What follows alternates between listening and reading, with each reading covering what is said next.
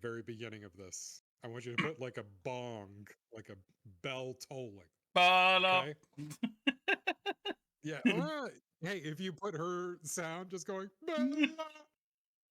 that'd be fine if you so desired.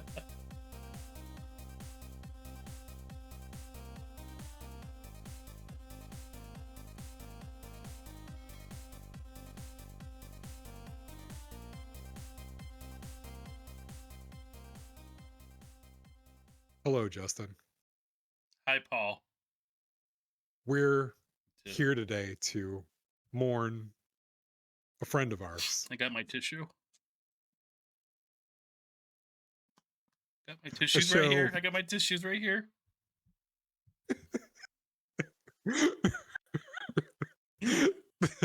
A show that we were both feeling had a lot of promise. But yes, we're here today to talk about what we got from Wheel of Time, what it did give us, what we got to see, and what could have been. Really. And so today's episode, I'm playing favorites. We're going to kind of have a somber conversation, but also celebrate. That's what you do when something passes. So enough of this more maudlin shit.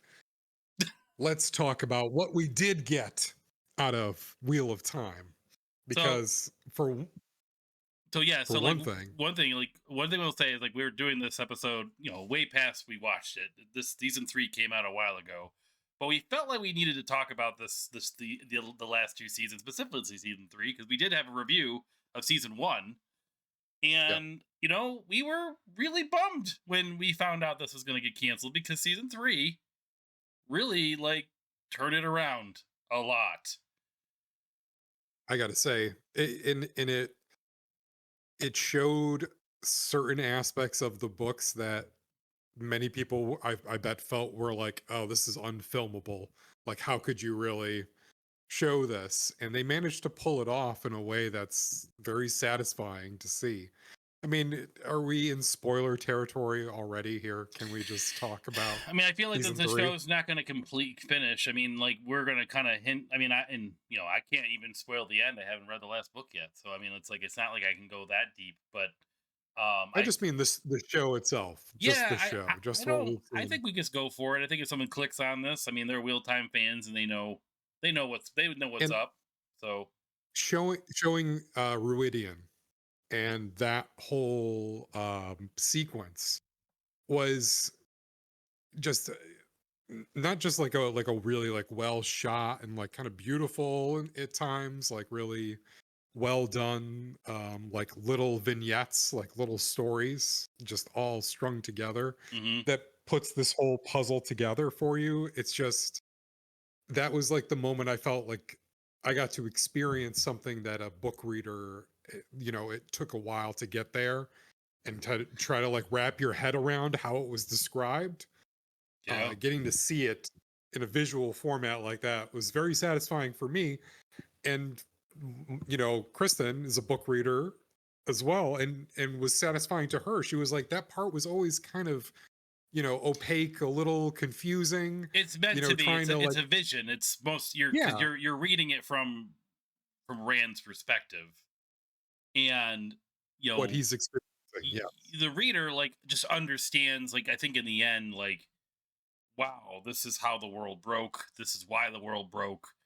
But the vignettes, and they kind of focus on a lot of the ones that happen in the book. I think the only thing that's different in the show was him being his actual father. That's not a thing that's in the book. So they just added that one. Oh, getting to see his father. Yeah, okay. He doesn't really learn about his dad that early in the book. But for that I remember. But anyway. It makes sense though. I mean, if he's looking at every, kind of past generation of his, bloodline, it does make sense. Yeah, when I saw how they handled the breaking of the world, that visual of him looking up from the fields and him seeing the world cracking and the Dark One seeping through, this dark energy in a sense, that's really just a dark energy. It's an entity. It's not a person. The dark one is not really a person. It's just an evil entity. It's just pure It's like evil. the anti-life equation or something. Like Yeah, it's just yeah. It's just like this opposed to life. that erupts and consumes and makes people kind of like work for it and bow to it and whatever, and kind of become like a religious thing, with the Forsaken and so forth. But I mean, But it's like the Sentinels from Mass Effect, would you say? yeah, I guess It's like so. the indoctrination, Mm-hmm. right? Like that Mm-hmm. feeling of just like you're doing the machine's bidding, but it feels like it's your own ambition. Mm-hmm. And um oh, that is such a great scene too, because it's like a joyful time for these people. It's like the harvest festival, and Rand goes down there and he's cutting hay with everybody else. And then you just see that cracking, and it's like everything is gone like terribly wrong. So And then the carriage scene and the onset of the passing of the the tree Tinkers. and like the you learn Yes. about the oath breakers and it like as the book. So like just to kind of see, I know we kind of just dived all of a sudden into one moment in the show, like just to But it's kind a of really defining moment it, of the season it and of the show. yes, and it shows that they could do this series right. They had to do a Yes. lot of course correction. So like I was very high. I was high on season one only because I just never thought we would get a Wheel of Time show, and I Yes. gave Compromises and all, you yep, took it because it was good. yes, It's good and stuff. I kind of understood a little bit the COVID and impact of that. Obviously it's just like okay, they had to make some Still changes. amazing It's it came weird. out. Some of the choices I wasn't a big fan of, like adding a wife for Perrin. I still don't think it really kind of made much sense, Yeah. even after the fact. But season two, like I was still involved and still interested. Like I could see the course corrections happening, and I think maybe I saw Yeah. that more than like Amber did or even you did. Like it's like I can see what they were trying to do and how they were trying to like do these little tweaks and turns just to get everyone back to where they kind of were supposed to be. Because losing Matt Why? really messed Yeah. everything up. It really because Matt's such a freaking important part of the story, and him not being there, it even kind of messes up Viridian a little bit. He's supposed to be there, like he's supposed to be in Viridian and going into that with Rand, like he goes in with him. Really? Yeah, in the book, like that's where he finds the door, but they move the door to a different Oh, part. that's right. So Yes. so like Yep. they make it work for the show. Like they've did such a good job, but like the casting is so great with this series and overall, even in season one, like I think they do really good job at picking the people for the part. And I think they started to own their characters a little bit more as the season two progressed. I had some Yep. reservations on Neve a little bit. Like it wasn't quite what I felt, but then I think she kind of turned it around as the series went on as well. So like I just really kind of Yes, she was bummed. terrible in the first I season. know Let's not mince words. She was awful. I was She willing was to give awful. but again, I gave She's everyone always yeah. staring blankly at people. It's terrible. Well, I And then mean, like her responses are so over the top or so like uncharacteristic of the scene.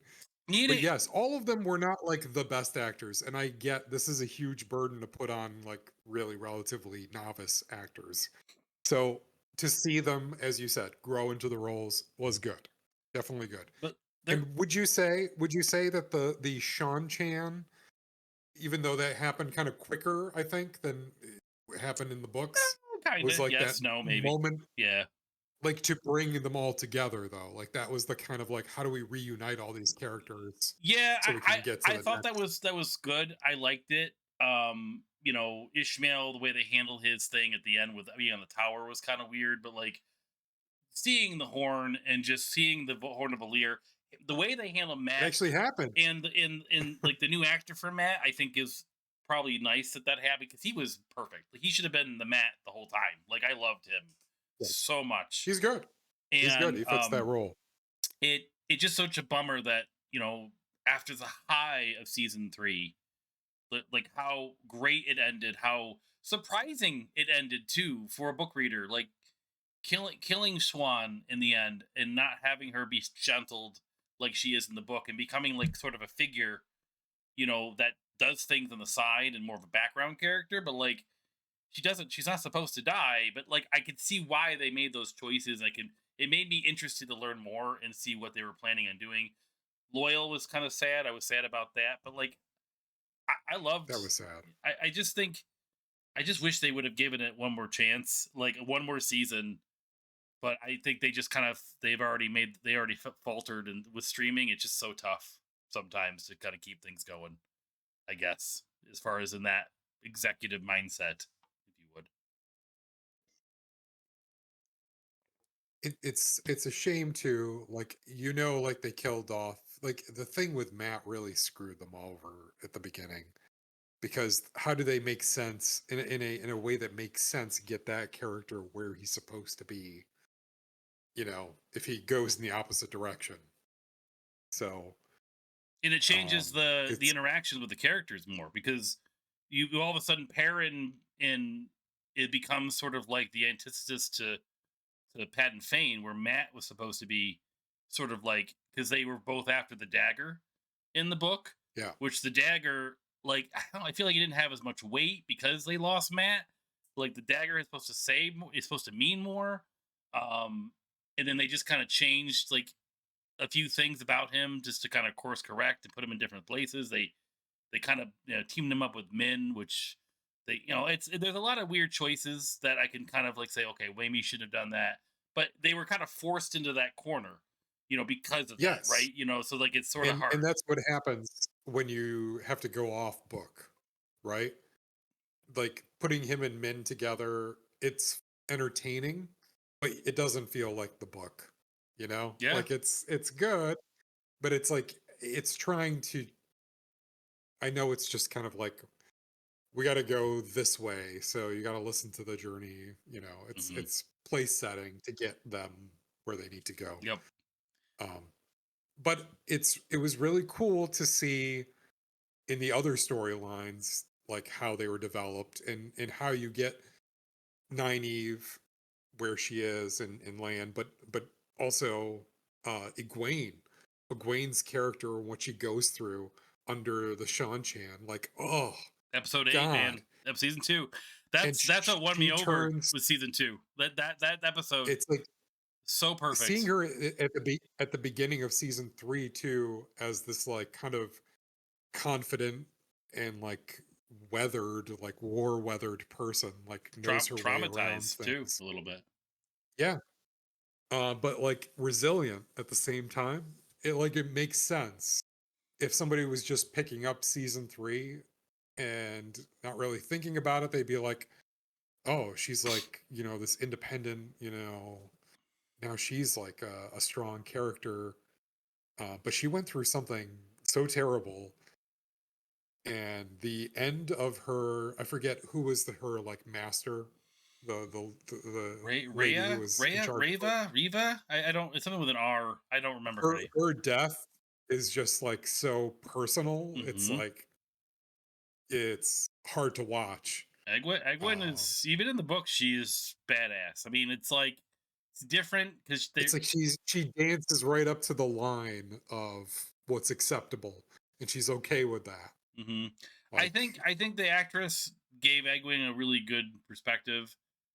More so than the book. I mean, Egwene still was, because in the books they're like kids, they're like teenagers, and then they become yeah, like 20-year-olds. Like by the time the book ends, like it's like we're 23-year old or something like that. It's not. yeah. It's just weird seeing like because we start them off. It's so they're so old when they start, um, but yeah, I Remember in season 1, that was one of the first things you mentioned. You were like, I didn't expect Rand and Egwene to be banging already yeah. on the first episode. I mean, in the books, it's like a big deal with them holding hands. I mean, it's like they can't they can't talk to each other. It's like it's weird. Like there's so much weird like because the book is very heavy on like female versus man, the differences between the two. Like man thinks this way, woman thinks that way. the duality, like, you got the yin and the yang symbol a lot. Like, it's a lot of like Yep, black and white. So there's a that's what lot of like sort of one side versus this side. It's black and white type stuff, and it becomes exhausting the way he writes sometimes as you get deeper into the books, where it's like, okay, dude, Matt and Nynaeve really need to just talk this out for like 2 minutes. You just need 3 pages, and they can really kind of get to where they need to be, because like in the series they but had not. Yeah, they can't communicate with each other. it's just like you hear the inner monologue and it just drives you nuts, because it's like, come on, just go to a therapist. Let's figure this out. Um, but it's funny because it's like they Oh, just never really get to. And eventually, they have a lot of sex in the book, like deep later on. It's they don't call it that really. They like, I forget, they have like phrases that they say, or pillow talk and stuff like that. yes. Like and then there's a lot of like references to gay relationships in the books, but they don't say that specifically in the book because it was written in a different era, right? So he just Yeah. calls them different something things like that. So that was interesting to see, like seeing Nynaeve and Evienda from the oh Jesus Christ, the ale, like them being Yes. like more romantically interested in each other, where in the books they're more like sisterly, right? That's kind of what they sort of treat it as in the book.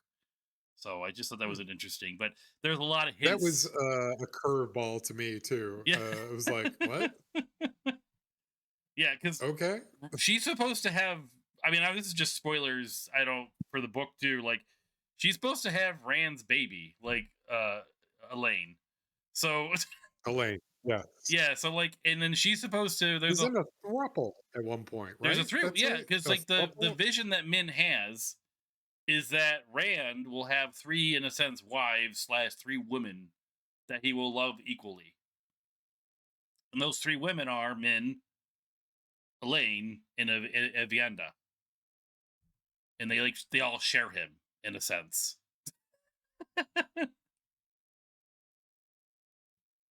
So, um, yeah.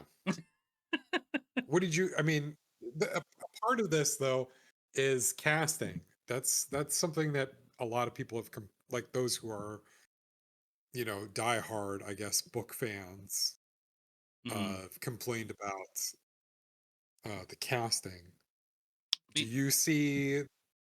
I mean, I got to tell you, the Two Rivers is pretty diverse, but it's like after you get out of the village, you kind of just see that it's like most of these places are pretty cosmopolitan. Like they have a lot of people interacting with each other. hmm. And then you learn about the breaking of the world, and it's like, okay, it's like people were kind of just like forced together Yep. who were in different, societal structures. Like the after the breaking of the world, like who knows what was your true origin, you know? So it kind of like it throws me for a loop sometimes when people get so invested Well, with that, it's just because they you have know. their own. I mean, I blame the cover art for a lot of these books too. Like, they all kind And of, they're and what's you know what I kills mean? me is they're not great. No, they're not. But I mean, they inform the reader somewhat, right? Like, when you read the book, it's like, oh well, this is what Rand looks like right there. That's Rand. Yep, There's Perrin, on the corner there.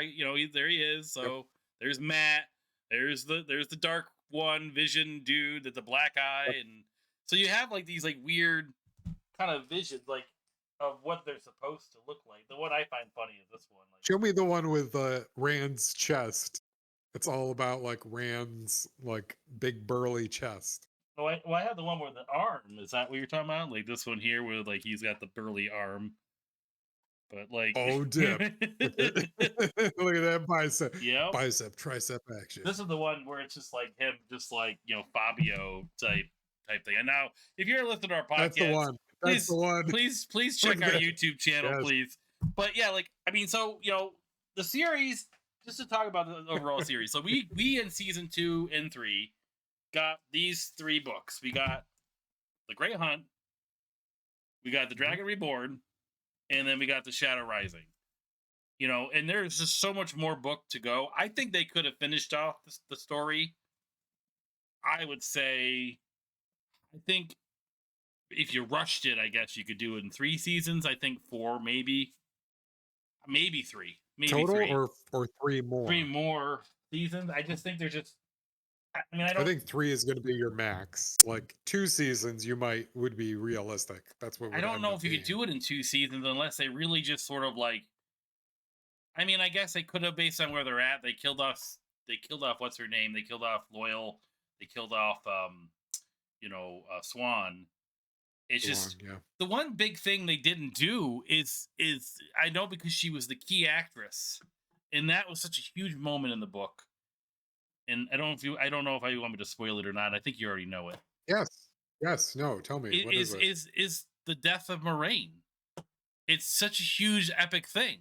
With she like sacrifices herself to save Rand from Lanvere.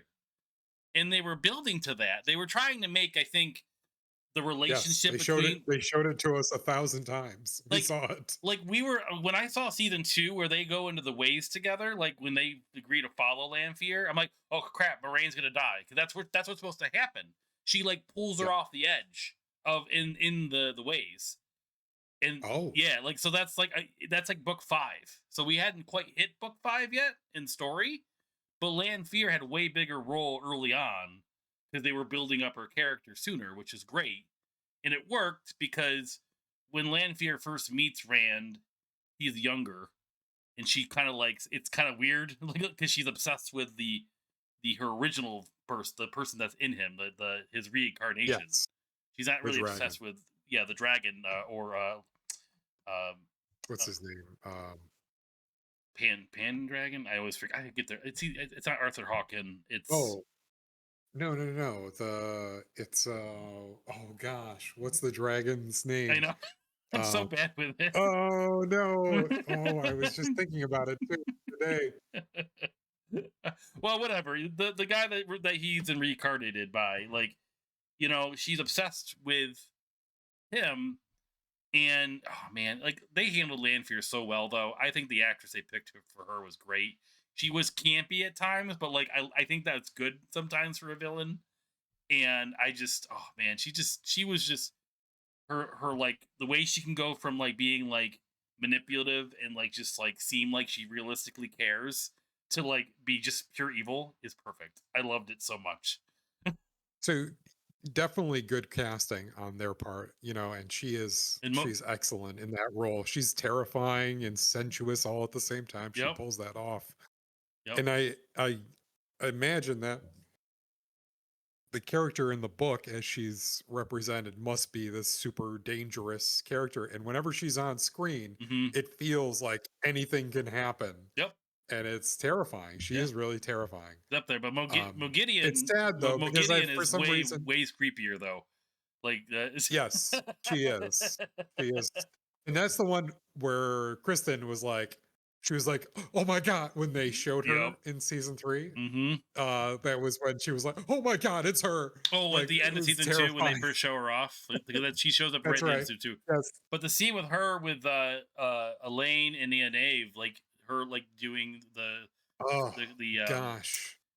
what's Like the two little girls just like reporting out to her. And compulsion. she's She's just using like, compulsion. yeah. That's what she's using. Oh man, it was weird because I've read these books so long ago, and that's I think what season three did the best is I relived the moments way better than the first 2 seasons. The first 2 seasons was just like, oh, this is like kind of right. Like it kind of feel like it made me remember it, but it didn't make me feel like I was reliving it. I guess with what the first 2 seasons did. And I just think Sure. season three was seeing the Bale file for the first time, which was I'm so excited for. Um, but yeah, I just really sad we're going to miss out on the true division of the tower. Egwene making her own tower because she becomes the Amarillion in her own tower. Oh, really? That She becomes the Emerald there's seat herself? but yeah, but there's two towers. They divide, and she is one tower, and then there's another tower. But That's the they all red her tower or can the black. lie because they don't go through the final stage of becoming a. They don't follow the oaths, so they all do their own thing. Really? They're not Oh. compelled to the oath because there's a separate thing that you haven't seen happen where they hold a rod and they agree to the oaths of the Aes Sedai, Mhm. and they're compelled to follow the oaths when they do the ceremony to become a true Yeah, Aes not to Sedai. lie. But Yeah. remember, they all got rings because they were undercover in a sense from the original Amarillion, so they can kind of like pretend that they did the oaths, and they just tell everyone they did the oaths, but they really haven't. So, Okay. Okay. So they're just blending in. yep. But yeah, she becomes her Oh own. my She gosh. becomes the Amarillion. Like I said, Elaine's trying to take the kingdom back of Andor. So From what's his name? her, The paramour? yeah, yep, Yeah. Robin. Oh god.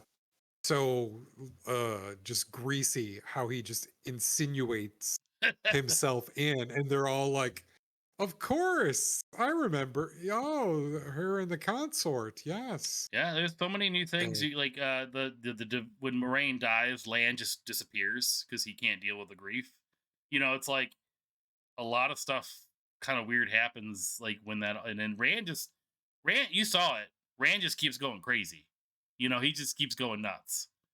Like we didn't get to see the true nuts of Rand, but like it's so good. I'm just so sad that they didn't keep going, but I don't know. I don't know how. I can see where they were going because like they flipped the end of the season 3 is technically they weren't supposed to go to the ale first. They were supposed to go to Tyr, and they hint at that in the show. yes, I remember you said that.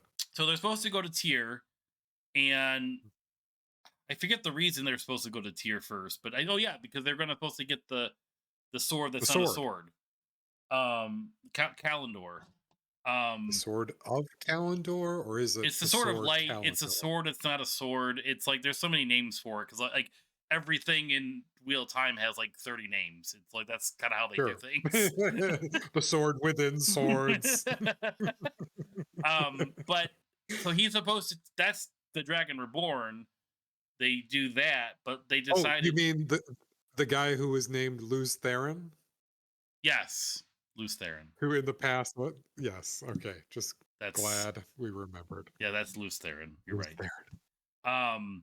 But yeah, so Yes, that's so the the next Dragon thing. He's Reborn. gonna he's gonna get the ale to join him. He proves that he is the Karakan, and he's gonna take them across the wall, which is like the prophecy, and ale will take Tyr. But like that's supposed to happen. It still happens in the book. It just he goes to Tyr, he like teleports there, and they gets the sword, and then they go to the ale. But here they're just like, well, let's just skip the teleportation thing because he's gonna end up in Tyr anyway. So like Yeah, let's and just and go. it'll make the taking of the sword more epic. That could Yeah, be oh, it would have been an awesome battle because a bunch of ale are gonna that's just the take over. reason why he's going to Tyr. There's no reason Yep. if you go there, get the sword, leave, and then Hmm. go and take it. Yeah, it's just Yes. it's different because they handle Ishmael differently in the show. So like in the book, like that's where you have the final confrontation with Ishmael was when he gets the sword. So it's kind of moved around a little bit. They just moved Ishmael like you move Ishmael up to season You do the big 2 yeah. where in the books like he doesn't fight a Forsaken in the book 2. He fights the Cien Chen. But they just kind of like, oh, we're just going to make him kill that guy in 2 seconds and he's going to fight Ishmael instead. So they just kind of shuffled it around, and it Sure. it kind of made sense, but I liked it. I'm happy with it. But again, I just wanted to talk about Wheel of Time because we're not going to see it again. What did you think of the portrayal of the Scene Chan, Sean Chan, however you say it? What did you think of their portrayal? Because I got to say, really cool armor design, really Yeah, cool. Like the whole culture is like bent on intimidating people in a certain way. It's just like, and the nails, like so much of yeah, it is it's great. like not only like foreign to I would or what we're say used to, but like when I read these crazy. books, I my imagination didn't quite grasp what it was. Like I because like this was like a very unique book for me because I kind of dived into it initially.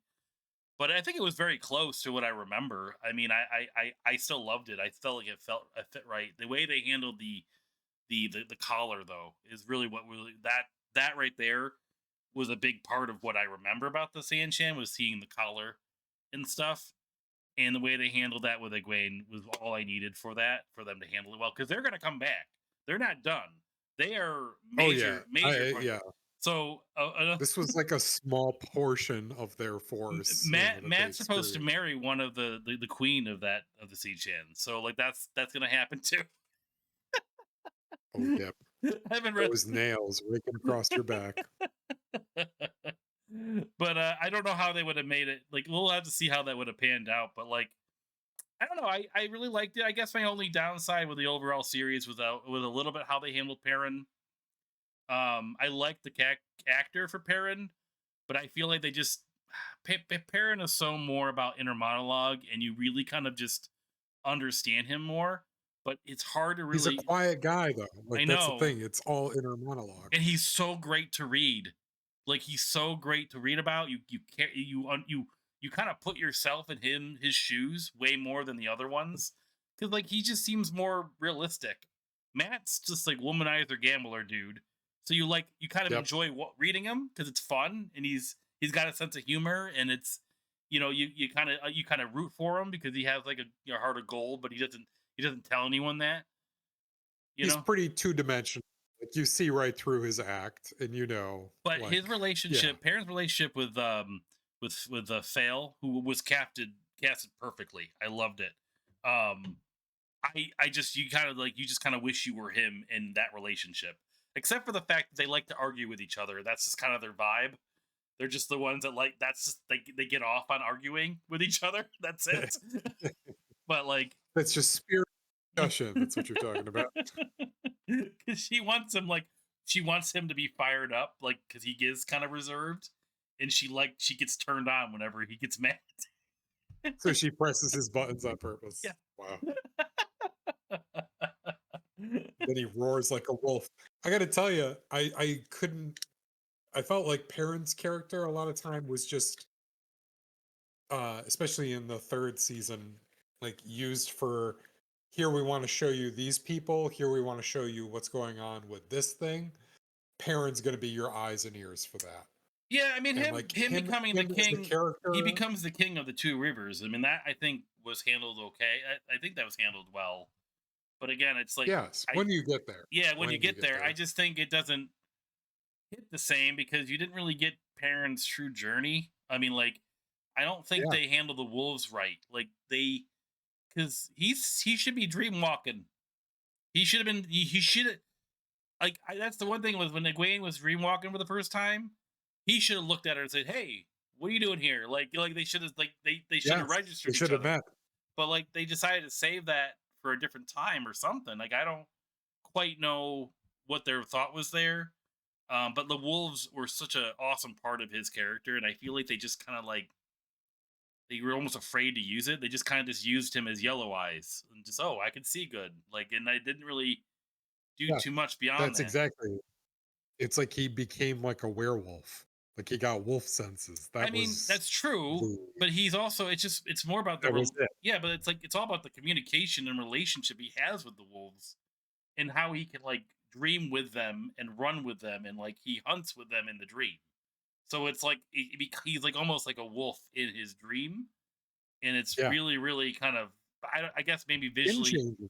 and maybe But no, visually I they didn't mean know how to handle that. Like maybe I don't know. it's funny because I feel like Game of Thrones had the same problem with the skin changers because there are several skin changers Hmm. in the books. And one of them is an important part of Jon Snow's story in the very beginning. And they kind of did it okay, like the warging, and like becoming another creature. But specifically, the wolf stuff was always just kind of like hinted at, and they never could show it. Mm. And it's like there could have been more, especially the dream walking. Is that what it's called when they're like in the dream world? Well, it's Telor. The, I can the never pronounce other it. It's like Telornoy, Talandrion, Telornion. Talandrion, Tala- I don't know how you say it. Talandrion. I think yes.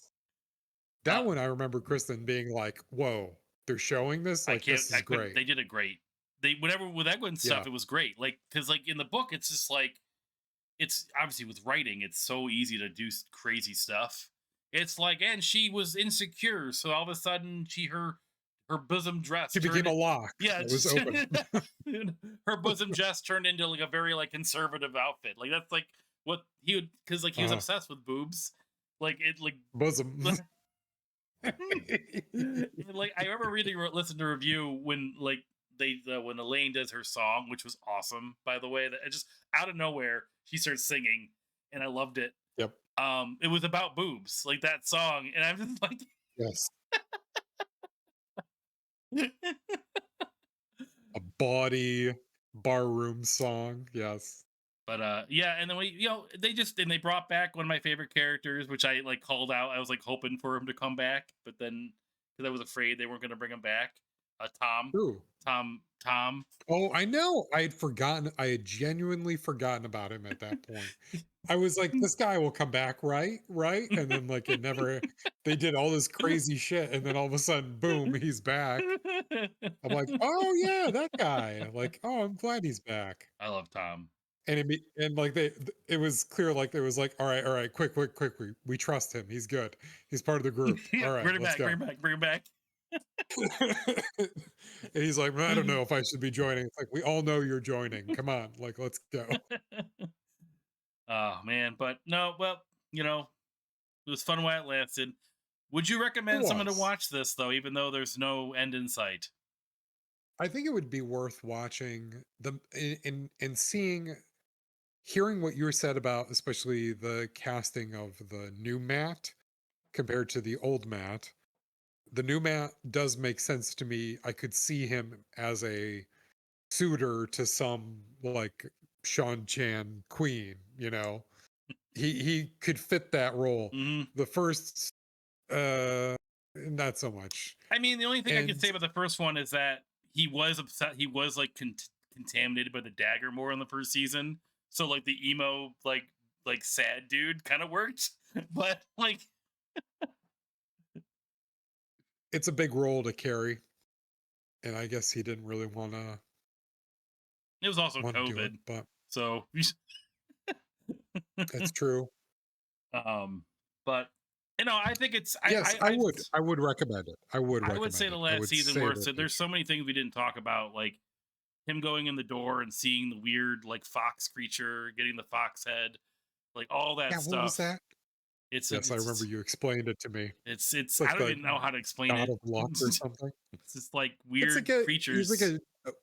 yeah, like some kind of minor god of fortune, Well, it's luck. more interdimensional because like there's a lot of dimensions in Wheel of Time that you kind of these portals and where they go and where they come from, and yeah, like Yep. that's kind of where the Horn of Valir is bringing people from, because they're bringing people from another dimension that are from the past into this world and so forth. And things I wish we would get was be Brigitte, which you never got to meet. Um, she's a hero from the past that gets, because the horn gets blown again, and Okay. they bring more people back. But in the moment in the battle, there's a hero called Brigitte who's an archer, and she's dying. So Elaine makes her warder to save her life. Oh. But because of that, she can't go back. Like she's stuck in the world, so she just becomes a major character. Like it's just like it's just like Pulled from another dimension. yep. So like it's just all these like cool characters. Like they come and go, and you learn like eventually learn new ones, and it's like it is hard going back to reading it because it's like okay wait, there's a glossary like any other like fantasy book, but like it's like wait, they all sound the same. They all kind of like have weird pronunciation things, and like wait, who is this? This is Swan, and this is Sanch, and this is Season, and then this is like like Season. This is salt. This is Thunder, ranch blend, Gemini. cinnamon. These are stripper names.